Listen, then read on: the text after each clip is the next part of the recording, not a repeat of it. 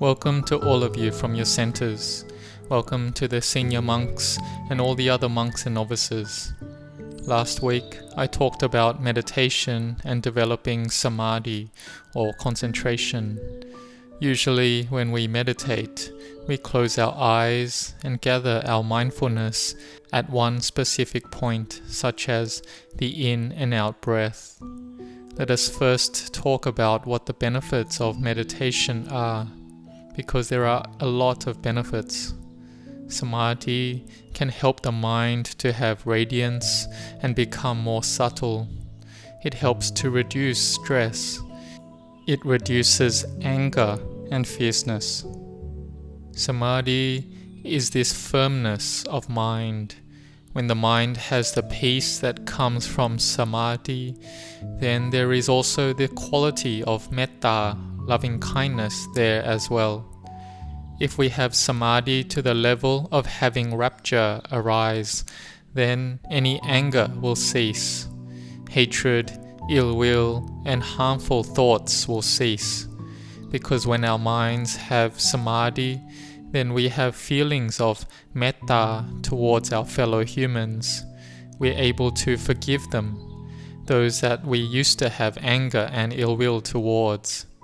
So as we already know, practicing meditation, we have to train in often, and it will have great results.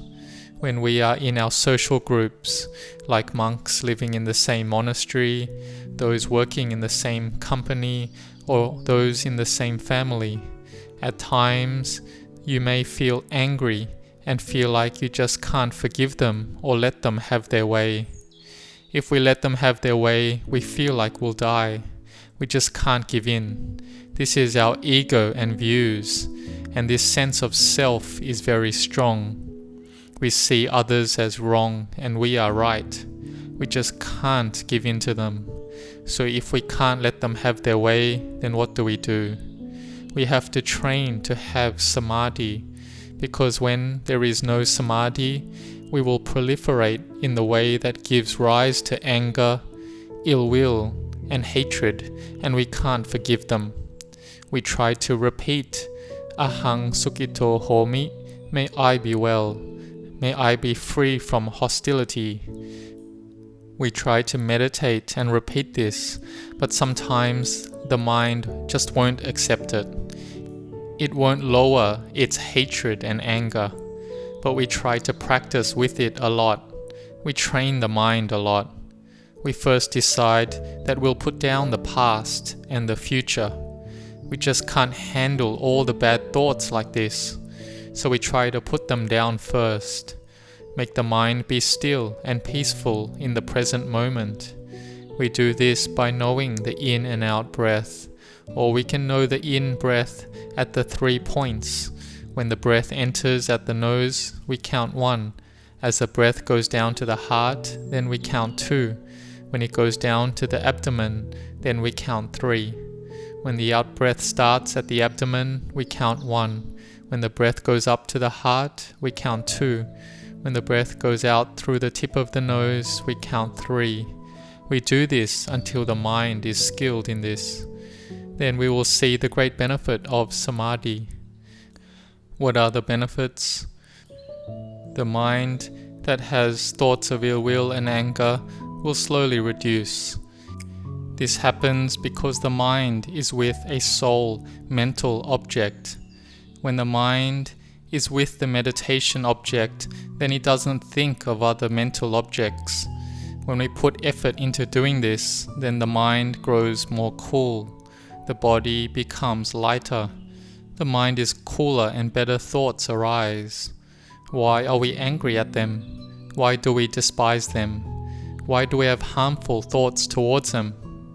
Each person who is born wants to have happiness. They don't want any suffering at all.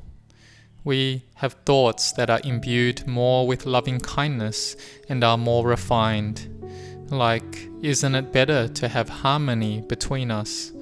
All of us being born must grow old, get sick and die. All of us are the same. We don't live forever in this world. Each person who does bad unskillful things, they do so because they have mental defilements that are controlling their mind. So we begin to have the wisdom to contemplate in a way that we can make our minds cool. So we must be able to forgive them because we are Dhamma practitioners, so we must try to practice, try to train and polish our mind. Like this, we can conquer anger and ill will.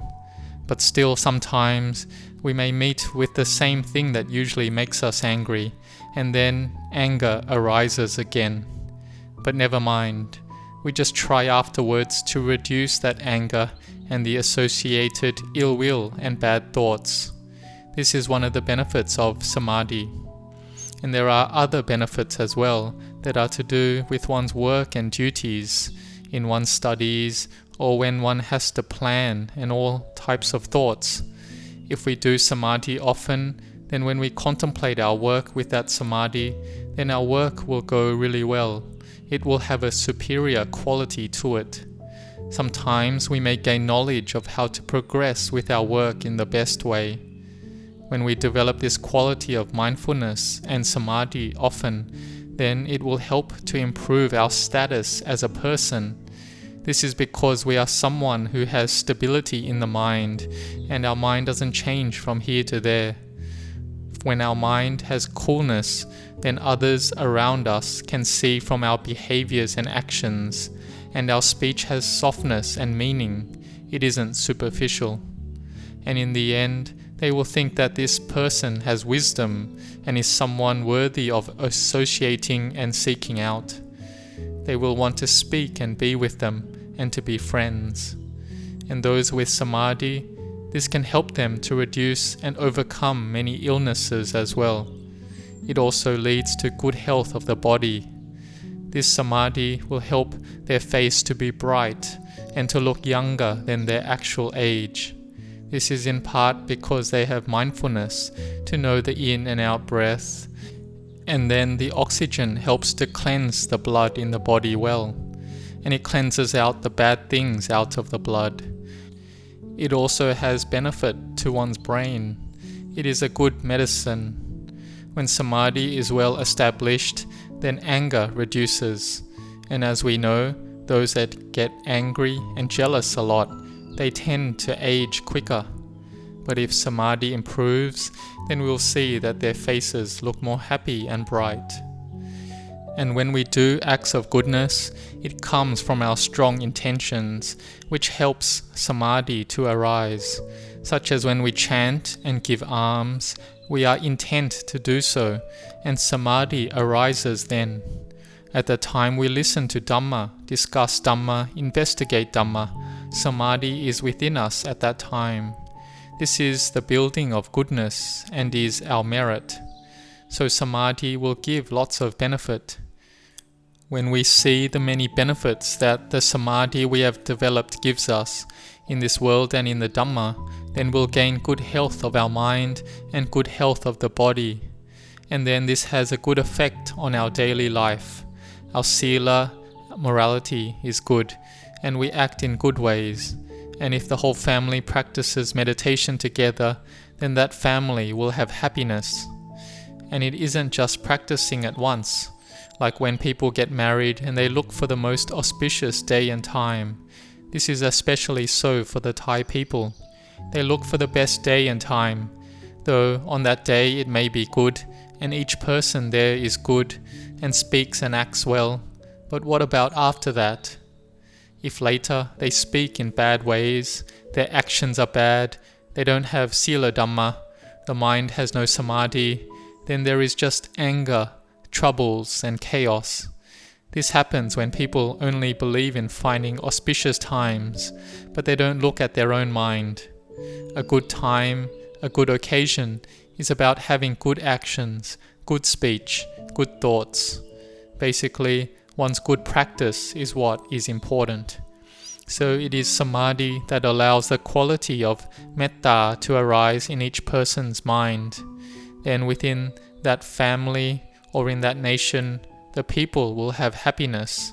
There'll only be good results. And on a higher level, this samadhi will lead to the understanding of the Dhamma of the Buddha to arise in our hearts. We will know what the Buddha taught and understand it more clearly. So if you haven't really begun practicing meditation, then may you do so. May you be intent to practice samadhi as best you can. Even if you have work and duties, try to establish mindfulness so that you have samadhi. Mindfulness or sati is this quality of recollection. Sampajanya is clear comprehension of oneself. What do we know of oneself? We know what we are doing right now. If we are eating, then are we eating too much? Is this food bad for oneself? Does this food have benefit, or does it have drawbacks? If we are sleeping, then are we sleeping too much? Is it the right amount? Or if we're exercising, is it too much? Is it good for oneself? This is called sampajanya. We know ourselves clearly in all the work and duties that we are doing. Then we'll be able to succeed in them well. So samadhi is this firmness of mind, and it is supported by sati and sampajanya, which is recollection and clear comprehension. They are the tools that helps us in our Dhamma practice, and this gives rise to wisdom. It helps us to have the understanding into all the thoughts and feelings that arise, understanding that whatever arises is uncertain and is impermanent. We have had many happy feelings arise, but they are gone now. We have had many types of suffering arise, but they have all arisen and passed away already. We have the mindfulness and wisdom to have knowing of the arising and passing away in this present moment. And then we can have some letting go in this present moment. This is our path to overcoming suffering in the present moment.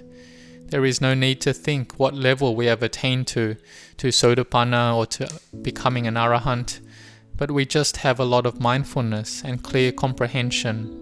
We have firm and well-established samadhi in the mind, and we have wisdom to know things as they arise. So we do this a lot, and we teach the mind often, and this will lead to wisdom and lead you all to meet with true happiness. May you all grow in blessings.